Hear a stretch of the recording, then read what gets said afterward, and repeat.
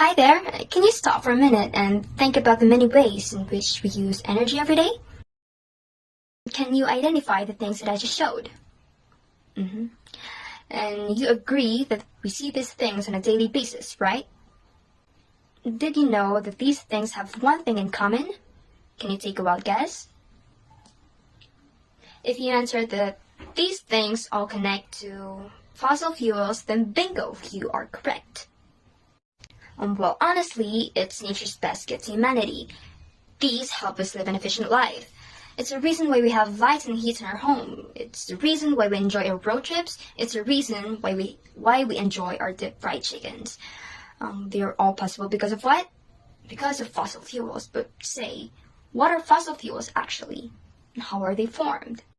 We cannot deny that without fossil fuels, we're probably struggling to live right now.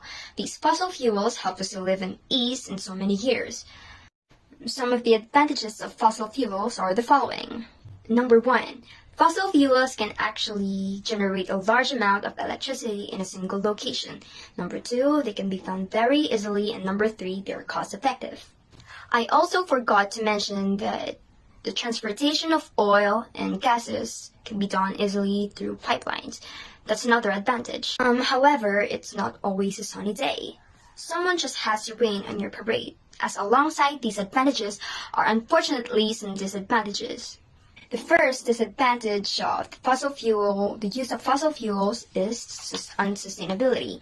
We're using too many fossil fuels so quickly. There's no safe amount of fossil fuel use because any burning of fossil fuels in power plants or from cars leads to carbon dioxide release and air pollution. Number 2, fossil fuels are non-renewable. Fossil fuels are non-renewable sources of energy, unlike solar power, geothermal, and wind energy. The third disadvantage of fossil fuels are they're actually the main drivers of global warming. When fossil fuels are burned, they release this huge amount of greenhouse gases into the atmosphere. They are extremely harmful, especially carbon dioxide. So, the carbon dioxide traps an unnatural amount of heat in the atmosphere, and this causes changes in weather patterns. So see, more often droughts, more often hotter temperatures, and more often rainfall. These will surely affect our habitat. However, we can still help ourselves and the world by trying to reduce the consumption of fossil fuels. And I've gathered some ways on how to do it. Firstly, we can conserve energy. We can turn off the lights whenever they're not needed.